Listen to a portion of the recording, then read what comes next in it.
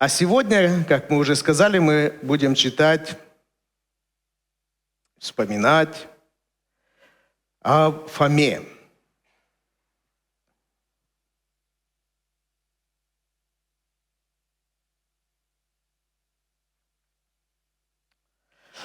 Еще раз прочитаю про Фому. Евангелие от Иоанна, 20 глава, с 24 стиха. «Фомы, которого еще называли Близнец, одного из 12 не было с другими учениками, когда приходил Иисус. И когда другие ученики сказали: "Мы видели Господа", Фома ответил: "Пока я не увижу следов от гвоздей на его руках, не коснусь их пальцем и не потрогаю рану в его боку, я не поверю". Неделю спустя ученики опять собрались в доме, и на этот раз Фома был с ними. Двери были заперты, но Иисус пришел, стал посреди них и сказал: "Мир вам!" Затем он сказал Фоме: "Протяни палец, посмотри, вот мои руки, протяни руку, потрогай мой бок. Не сомневайся, но верь. Господь мой и Бог мой", сказал ему в ответ Фома.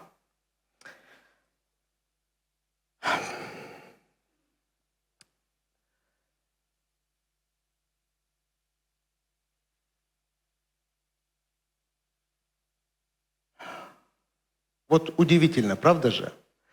Иисус был весь изранен, весь избит до нельзя. Как мы читаем у Исаии, что он был обезображен. И вот он воскресает. И мы понимаем, что он воскрес в совершенно здоровом состоянии. Лицо его было прекрасно. Ничто не говорило о том, что он был обезображен. Но остались следы. И следы остались не от плети, которая хлестала его. Следы остались не от венка тернового, который был одет ему на голову. Следы остались не от крючков, которые рвали его тело. Следы остались только от гвоздей и только от копья. Очень избирательно.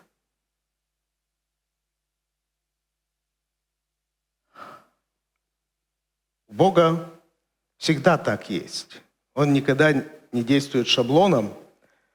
Он воскресил своего Сына Иисуса Христа, но оставил на его теле знаки. Знаки страдания, знаки смерти.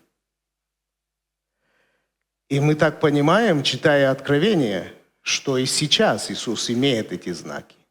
И мы увидим эти знаки. Не только апостолы, не только 500 человек, которым Иисус явился по воскресению своем, но все увидят. Увидят евреи, когда Иисус придет, они увидят эти раны. И эти раны будут решающими для них, для того, чтобы они приняли Иисуса.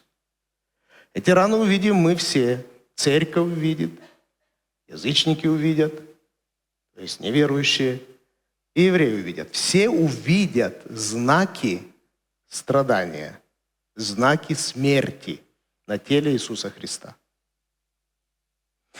Но эти знаки смерти не для того, чтобы разжалобить нас.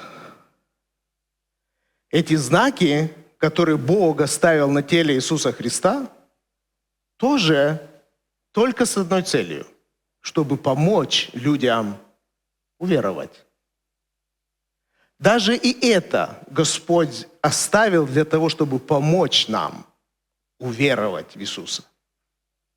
Когда говорю «нам», это не обязательно нам именно, а людям. И первый раз эти знаки помогли уверовать 2 ученикам, которые в день воскресный, когда слышали уже о том, что Иисус воскрес, они слышали от женщин, которые ходили как в гробу и не увидели тело Иисуса, но сказали, что ангелы нам сказали, Иисус воскрес. Они не поверили. Они не поверили и двум апостолам, Петру и Иоанну, которые бегали к этой гробнице, и оба засвидетельствовали: тела нет.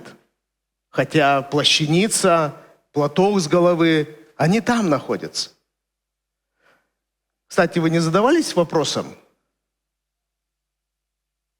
В гробнице, в которой Иисус лежал, из которой Он вышел, светло было или темно, когда пришли туда апостолы и женщины?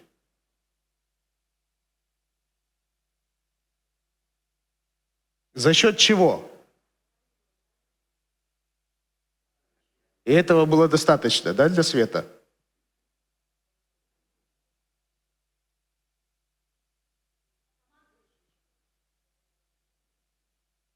То есть ангелы освещали гробницу, да? Когда женщины пришли, то они увидели ангела, который сиял. Возможно, он освещал. Когда апостол Петр и Иоанн пришли, нам не сказано, что там был ангел. Но тем не менее они зашли и увидели, что как лежит. На досуге подумайте, как это возможно. Так вот, эти два ученика, одного звали Клеопа, второго мы не знаем, но догадываемся, скорее всего, это был Лука, разочарованные уходят из Иерусалима в день воскресный, хотя они еще не знают, что это день воскресный. И они уходят из Иерусалима в селение, которое называется Емаус. И вот они идут, печальные, разочарованные тем, что случилось, то, что их надежды рухнули, то, что Иисус, на которого они надеялись, что Он изменит обстановку в Израиле, что Он принесет свободу Израилю, восстановит независимость Израилю. Он, который должен был свергнуть римскую власть, умирает от рук римской властью, казнью, которую практиковали именно римляне. Это был сильный удар по их ожиданиям, по их вере. Все рухнуло. И вот они уходят вдвоем, поддерживая друг друга в своих мыслях, в своих разочарованиях. И вдруг пристает к нему один человек, идет с ними, общается с ними, спрашивает, почему вы такие печальные. И они таким образом в разговорах дошли до селения Емаус. Они его просят остаться с ними. Он остается. Они в этот уже вечер говорят: коми чай? Он говорит: хорошо, коми чай. И дальше их глаза открываются. Когда их глаза открываются?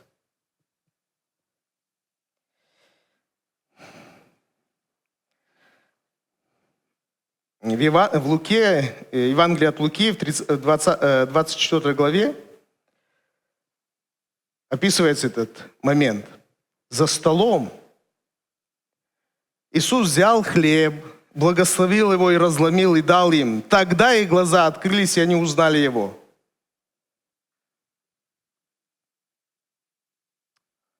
Мы об этом говорили с нашими участниками домашней группы. Смотрите, они с ним разговаривают, не узнают его, да? Что это Иисус. Момент, когда Иисус сел с ними, взял хлеб, благословил его, и они увидели, кто это. Как они увидели, что это Иисус? Они увидели руки. Пока они шли, он мог их закрыть своей накидкой, и они не видели их. Но когда он поднял свои руки и стал благословлять хлеб, открылись его раны. Характерные раны. А они видели, куда забивали гвозди. Тогда они поняли, кто это перед ними. Больше Иисусу не надо было ничего. Иисус, сказано, исчез. И они остались опять вдвоем, и опять недоумение говорят, мы чувствовали сердцем, что-то тут не то. Кто-то это очень знакомый, но понять не можем, кто. Наше сердце пылало. И они бегут обратно. Раны Иисуса, которые Господь Бог оставил ему, возродили веру двух учеников, которые потеряли ее напрочь. Раны Иисуса, которые они увидели, когда Он взял хлеб и благословлял, возвратили их в церковь, откуда они уходили. Они вернулись в тот же день обратно в Иерусалим. Раны Иисуса, которые увидели эти ученики, перевернул весь мир в их сознании. Если они до этого момента думали, что мир рухнул, то после того, когда они увидели воскресшего Иисуса, и они поняли, что это Иисус только по ранам, все перевернулось. Ради этих двоих стоило оставить эти раны. Не разговор Иисуса, не то, что Он открывал им Писание. Сказано, Он открыл им Писание пророков, пока они шли, и Он растолковал им всю Тору и пророков. И они не поняли, что это Иисус. Единственное, что их восстановило, открыло им глаза – раны Иисуса Христа. Следующий человек, которому помогло восстановить веру, это Фома. И о нем мы сегодня прочитали уже. Фома говорит, пока я не увижу раны, я не поверю. То есть ему говорят 10 человек, его соратников, с которыми он прожил 3 года вместе.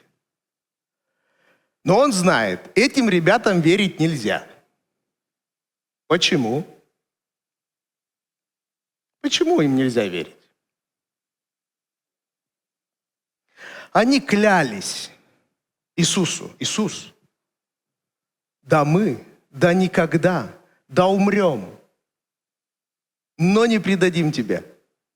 Он это сам говорил. И он слышал своими ушами, что эти мужики говорили. И когда они на 3-й день говорят, Иисус воскрес, мы его видели, он говорит, знаю я цену вашим словам. Вы там клялись. И что случилось? Я сам клялся.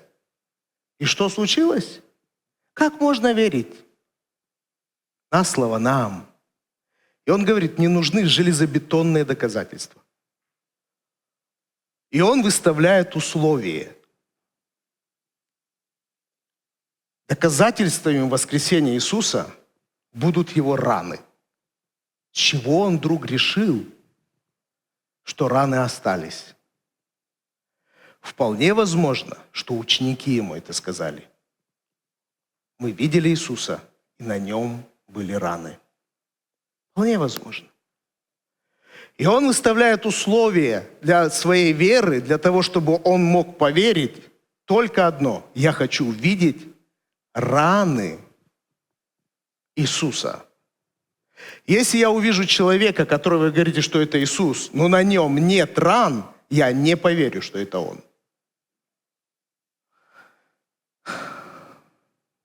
Ультиматум. Сам себе.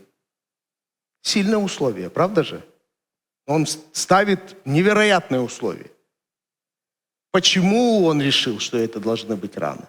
И он говорит, я должен не только увидеть, я должен вложить в них свои перста, свои пальцы. Фома вообще удивительный человек. Он максималист. Вот по максимуму он. Однажды Иисусу говорят, Лазарь при смерти. Он говорит, хорошо, Я иду к Лазарю. Другие ученики говорят: как к Лазарю идем? Тебя недавно хотели побить и убить. А ты опять к Иерусалиму хочешь идти? И тогда один Фома говорит: Иисус, если ты идешь в Вифлеем, в Вифанию, мы с тобой пойдем, и мы умрем с тобой. Только он это сказал. И еще причем не на Тайной вечере, а задолго до нее. Он задолго до нее готов был умереть за Иисуса. И говорит об этом. Фома говорит: мы пойдем, и мы умрем вместе с тобой.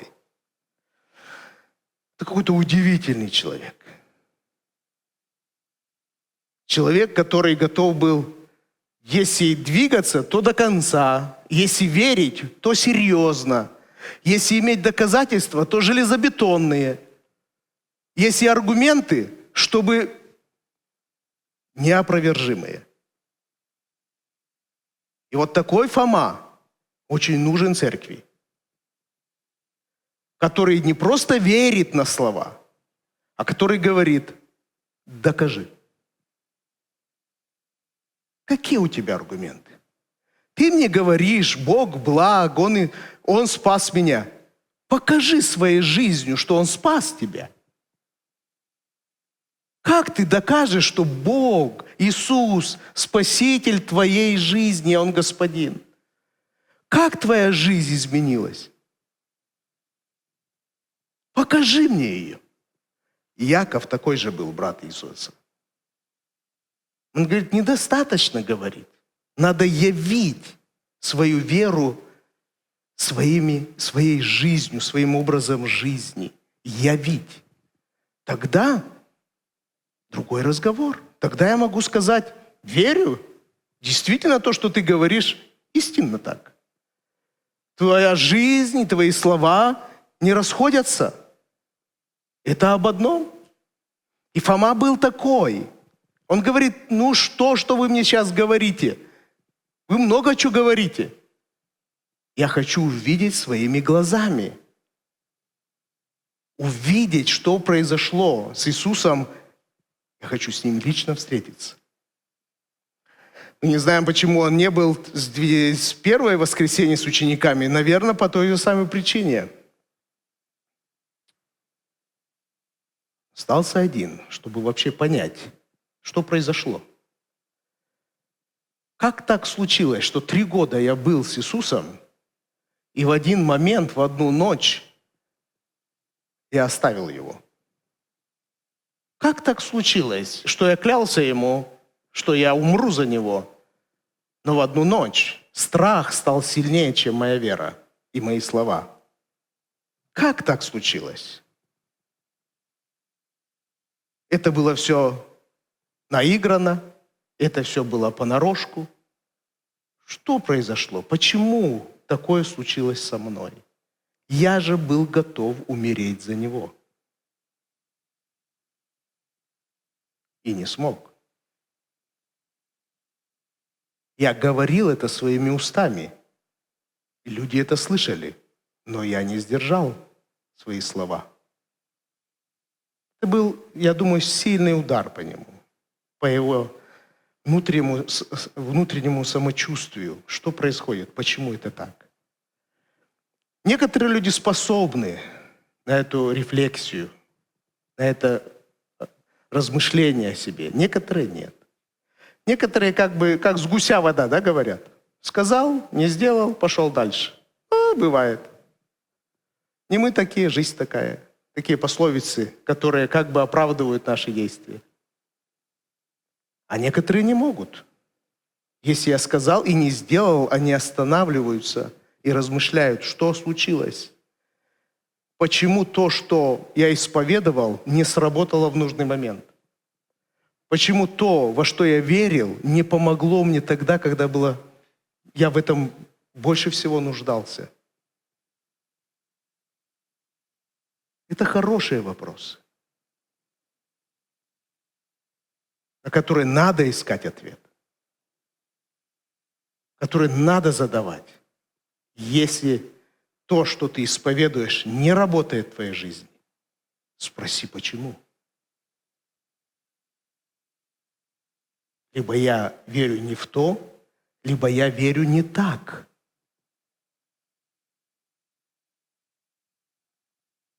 Что здесь не сработало? Фома был из тех людей, которые задавал вопросы и искал на них ответ. Но на счастье Фомы Бог Отец оставил следы смерти, следы ран, следы истязаний на теле Иисуса. Ради Фомы в том числе. Бог знал, что этому Фоме нужны будут неопровержимые доказательства. Он потребует раны, и Бог оставляет их. И когда в этот день, в этот воскресный день, Фома с учениками, Иисус приходит опять так же и говорит: «Мир вам». Так же, как неделю назад это было. Когда Иисус первый раз сказал «Мир вам», реакция была 0. Он говорит: «Мир вам». Иоанн не пишет, что как-то отреагировали ученики. Дальше он говорит, Иисус продолжает. Он показал им раны на руках и на ребре. И после этого они возрадовались, что это Иисус. Эти раны были для них тоже свидетельством, что это Иисус. Это не привидение. Это не какой-то другой человек, который выдает себя за Иисуса. Это именно наш Иисус. Они видят, Он говорит: «Мир вам». 0 реакции. Как докажешь? Он показывает раны. И они возрадовались, что это Иисус. Тогда Он в следующий раз говорит: «Мир вам». То есть они могли уже услышать то, что Он говорит. Вначале они, первый раз, они не услышали Его слова «Мир вам». Для чего Ему говорить второй раз? Первый раз «Мир вам» прошло мимо. Кто это? Почему мы должны принимать от Него мир? Второй раз Он говорит, и они уже принимают этот мир. И Он дует на них, и Он дает им власть. Почему? Потому что они готовы принять это все. Они готовы принять, потому что они уверены, знают, это наш Иисус, который воскрес. С Фомой то же самое. Приходит Иисус, Фома там, и Иисус с ним общается. Фома, рад тебя видеть. Где твой пальчик? Вот моя рана. Вложи свои перста в мои раны. Это было решающее для Фомы увидеть раны. И когда он их увидел, он произносит первое исповедание Иисуса как Бога. Больше нигде этого нет. Евангелие — единственное исповедание, где Иисус признается Богом, они вложены в уста Фомы. Фома говорит: «Ты мой Господь, и Ты мой Бог». Это первое свидетельство человека о Христе, что Иисус есть Бог. И сегодня, когда некоторые говорят: «Иисус не Бог», мы можем отослать их, не послать, а отослать их к Фоме и сказать: «Фома апостол?» Апостол. К нему есть вопросы? Нет вопросов, он на них ответил. Так вот он заявляет нам через века: «Ты, Иисус, мой Господь, Ты, Иисус, мой Бог». Да? Этого должно быть достаточно для человека честного, искреннего, чтобы сказать: «Да, Иисус есть Бог». Так исповедовал Иисуса Фома, и Иисус это принял. Аминь. Спасибо Фоме. Он избавил нас от многих ненужных вопросов и сомнений. своей упертостью, своим желанием докопаться до истины, своим желанием получить доказательства, неопровержимые никаким образом и никем, и своим исповеданием. Поэтому этот день, почему только ведь Иоанн пишет о втором воскресении, о втором дне, о втором явлении Иисуса своим ученикам. Именно из-за этой истории. Потому что в то время возникали вопросы, а Иисус Бог или кто Он? Сын Божий? Человек? Кто Он? И Иоанн пишет это Евангелие, и все Евангелие с самого начала и до конца – это доказательство того, что Иисус есть Бог. Слово, которое есть Бог, пребывало среди нас. Слово, которое есть Бог, стало плотью. Он творил чудеса, которые мог творить только Бог. И заканчивается это исповеданием Фомы. Ты мой Бог. Причем он добавляет, ты мой Бог. Очень личностно. Не просто ты Бог, ты мой Бог, ты мой Господь. И Иоанн опять же в свое Евангелие пишет о том, чтобы мы очень лично переживали близость Бога в нашей жизни. Очень лично. Не просто наш Бог, это тоже важно. Когда мы исповедуем Бога как нашего Бога. И этим мы даем понять, что я не один такой. Здесь у меня братья и сестры, и ты Бог для всех нас Бог. Но Иоанн вторую грань открывает, вторую сторону. Он говорит, важно также и понимать, что Бог твой Бог. Персонально. Ты с Ним имеешь отношения. И в конечном итоге ты предстанешь перед Ним один на один. И отдашь Ему отчет за все, что ты делал на этой земле. Как ты веровал в Него? Один на один. Я и Он. Я буду смотреть Ему в глаза, а Он будет смотреть в мои глаза.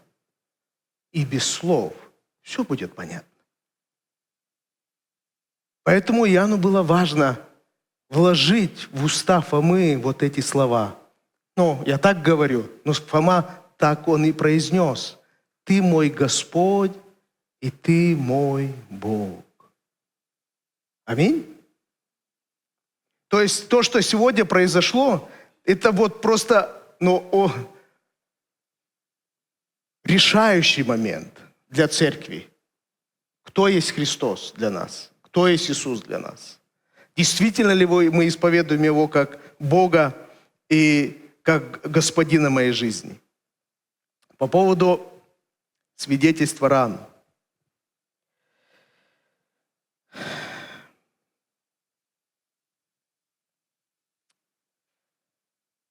Фома, даже сомневаясь в том, что Иисус воскрес, не оставил общину.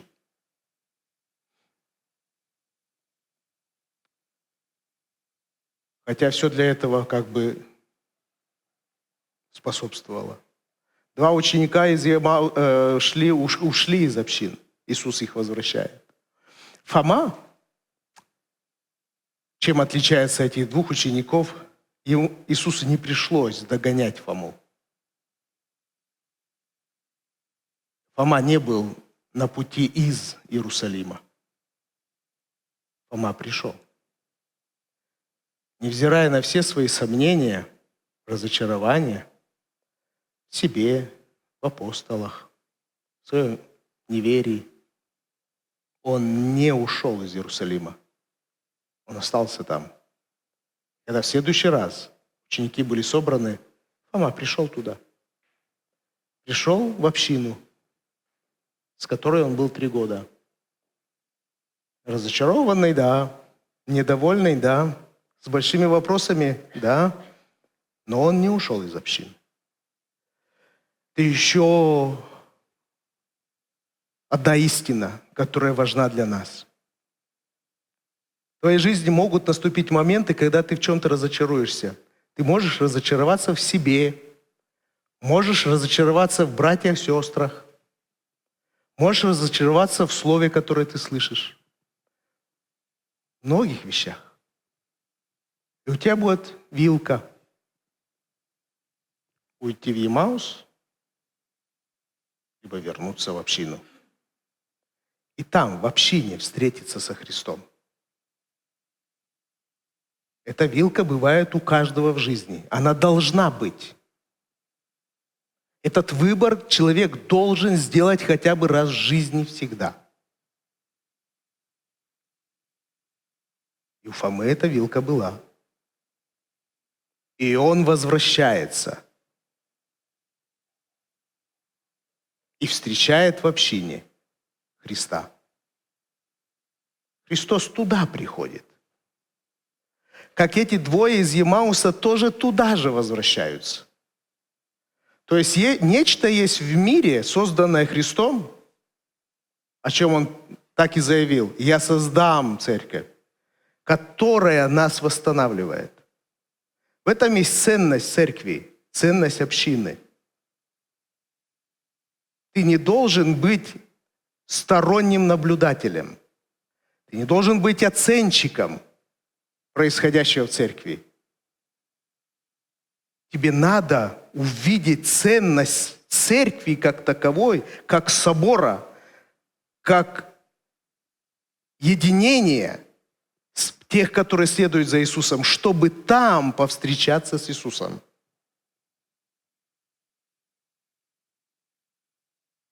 И об этом история с Фомой. При всем своем неверии, при всем кораблекрушении, которое он пережил в эти дни, он возвращается в церковь, возвращается в общину, в которой он был, и там встречается с Иисусом. Это происходит с каждым когда-то. Должно происходить. Потому что это работа, душевная, духовная работа. Когда человек задает себе вопросы: где я встречусь с Иисусом? Где я его найду? Иисус ответил: я создам церковь. Там мы встретимся с тобой. Аминь. Он может тебя догнать где-то, но все равно он направляет нас в общину.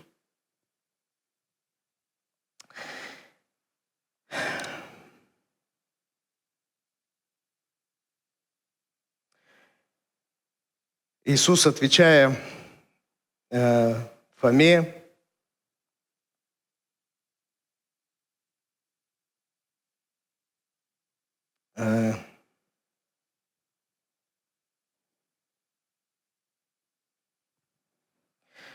завершает разговор с Фомой такими словами, которые для нас великое благословение.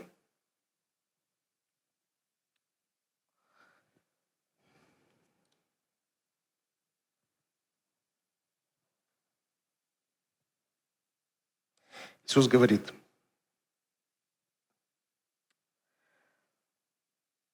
в синодальном сказано «блаженны», в новом переводе сказано «благословенны». Благословенны или блаженны те, кто поверил, не видя меня. Когда Иисус начал свою деятельность открытую, Он начал с проповеди блаженства. Блаженные миротворцы, блаженные нищие. И Он заканчивает свое служение тоже заповедью блаженства. Блаженные, благословенны те, кто, не видя меня, верит мне. Знаете, эта заповедь блаженства нам понятна. Если по поводу заповеди блаженства Нагорной проповеди у нас много вопросов есть, правда же? Очень много вопросов. Кто такие нищие? Как они богаты?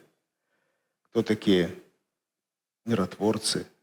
В чем заключается их деятельность?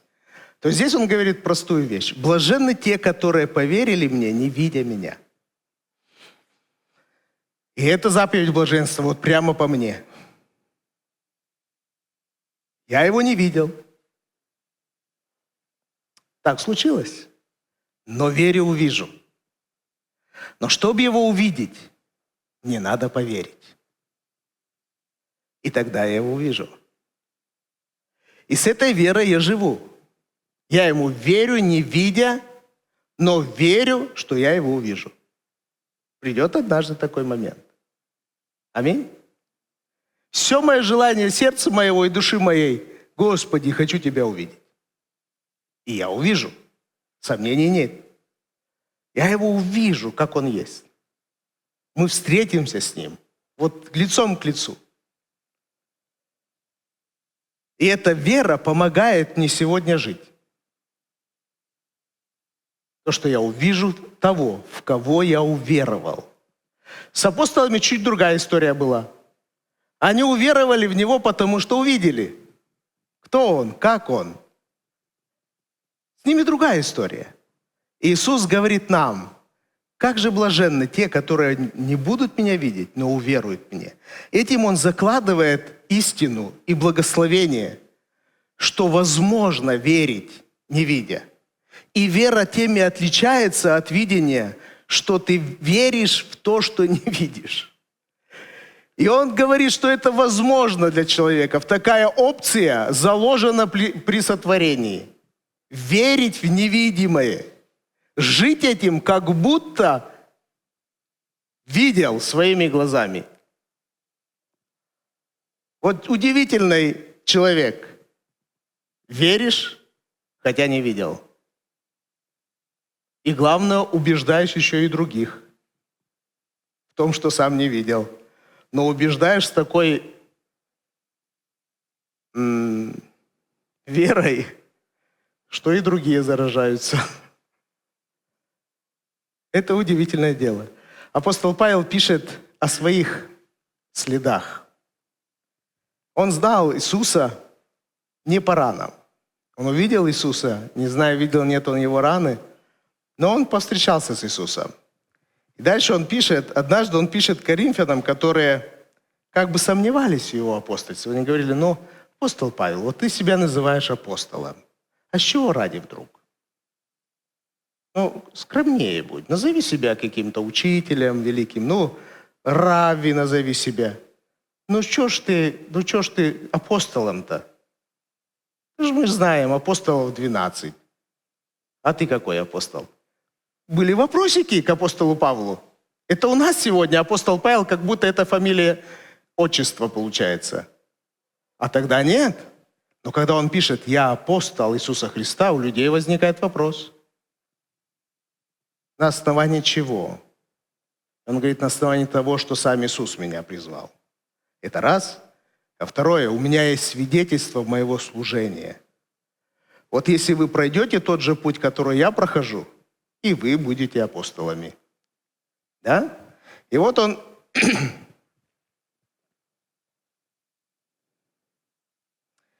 пишет, 2 Коринфянам, 11 глава, с 24 стиха. Он пишет так. 2 Коринфянам, 11, 24 и дальше. 5 раз иудеи давали мне по 39 ударов плетью. Математики, умножьте. Сколько ударов он получил?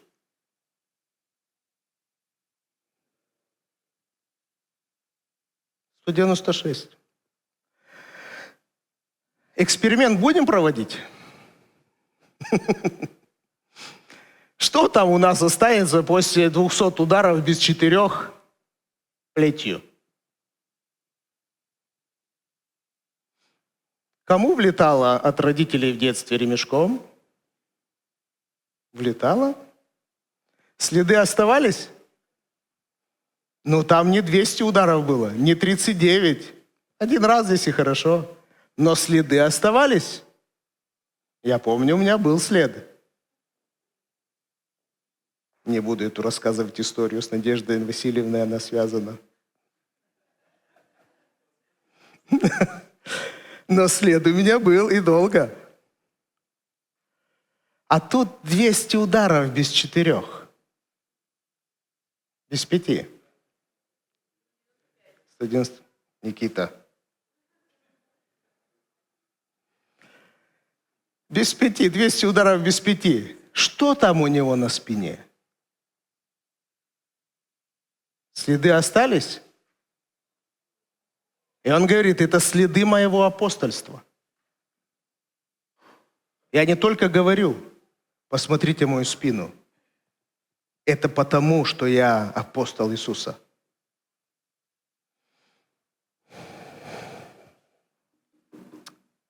Три раза меня били палками. Уже не плеть, уже палка. Куда попадет? Туда попадет. Один раз побивали камнями. Мы знаем эту историю, когда его побили камнями и думали, что забили насмерть. И его выкинули за город, как мертвого. Скажите, следы остались?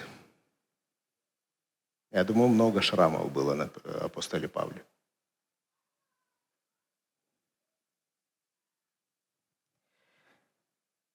Три раза я попадал в кораблекрушение. Один раз провел всю ночь и весь день в открытом море. Мне приходилось постоянно путешествовать. Я подвергался опасностям, когда пересекал реки, опасностям от бандитов, от моих соплеменников, от язычников. Я бывал в опасностях в городе, в пустыне, на море, в опасностях от лжебратьев. Я трудился до изнеможения, часто без сна, испытывал голод, жажду, часто без пищи, на холоде, при недостатке одежды. Кроме всего этого, на меня постоянно давит забота о всех церквях. Я сочувствую каждому, кто слаб. Я страдаю из-за всякого человека, который впадает в грех. Если мне и следует хвалиться, то я буду хвалиться тем, в чем я слаб. То есть апостол Павел говорит, у меня есть следы апостольства. Как у Иисуса были следы, то, что Он господин над смертью и жизнью. Что Он прошел смерть и вышел победителем. Да, со следами, но Он жив. Апостол говорит, я апостол, и у меня есть свидетельство тому, что я апостол. Не только люди спасенные, не только вы сами, потому что вы спаслись через проповедь мою, но моя спина свидетельствует о том, что я апостол. Иногда остаются следы из-за следования за Иисусом. Конечно, у нас есть следы греховной нашей жизни, и они иногда на всю жизнь. Нашей прежней греховной жизни без Бога. Эти следы тоже есть. Иногда Господь их убирает, иногда от них исцеляет, иногда оставляет, чтобы мы помнили, что там было, от чего нас Господь спас. Но есть следы и вследствие следования за Иисусом.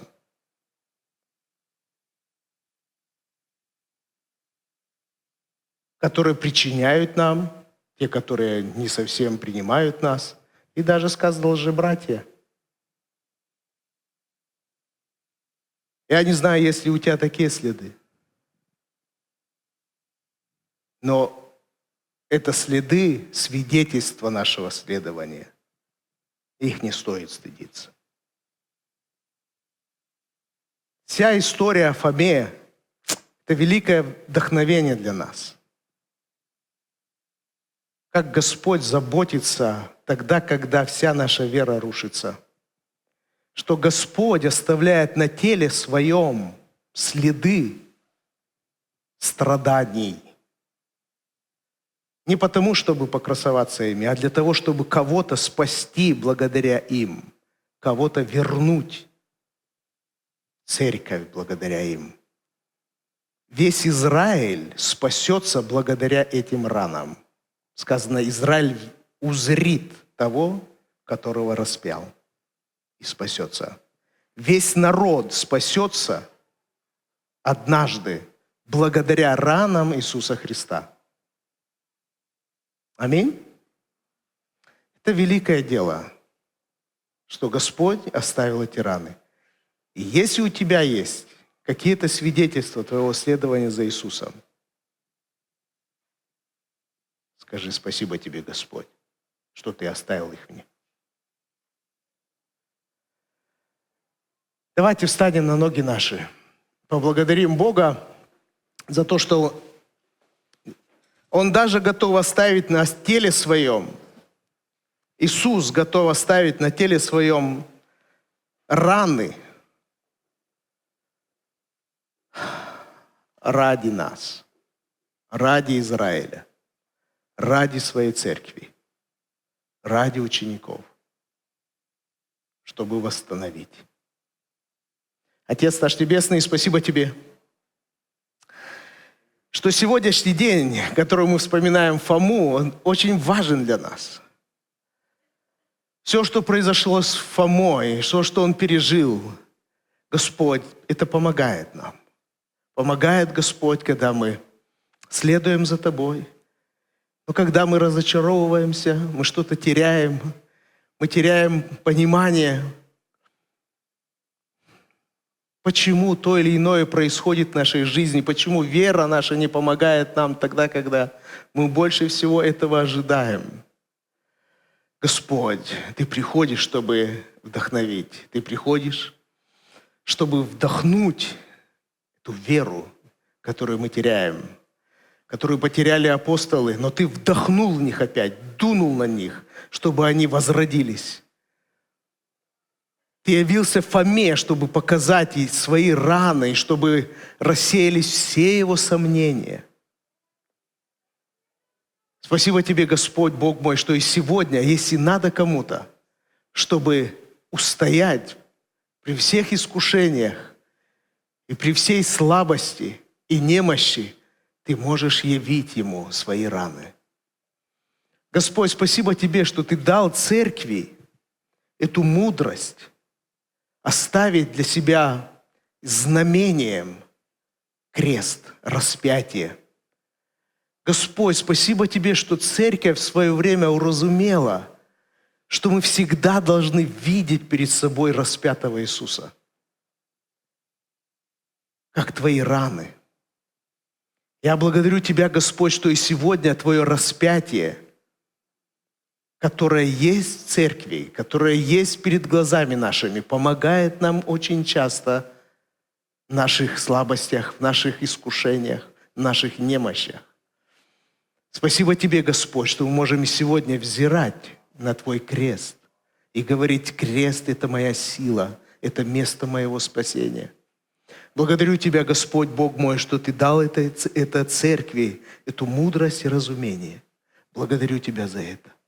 Спасибо Тебе, Господь, Бог мой, что мы можем сегодня жить в этой великой надежде, что мы однажды увидим Тебя, и так же, как апостолы увидели, как Фома, как два ученика узрели и узнали Тебя по ранам, так же и мы когда-то увидим Тебя. Ты будешь, безусловно, мы не видели Тебя, и как мы Тебя узнаем? Каким образом, по каким приметам? По одной примете. По Твоим ранам мы Тебя узнаем, Господь. Мы узнаем, кто Ты. Спасибо Тебе за это. Благослови, Господь, сегодня нас еще раз и через этот хлеб и эту чашу вспомнить о том, что происходило с Тобой, что Ты дал нам благословение, ломимое тело и проливаемую кровь. Ломимое тело, которое благословляет нас, и проливаемая кровь, которая благословляет и очищает нас. Спасибо Тебе, Иисус, что этим мы питаемся сегодня. Тебе да будет слава за все, Отцу и Сыну и Святому Духу. Аминь.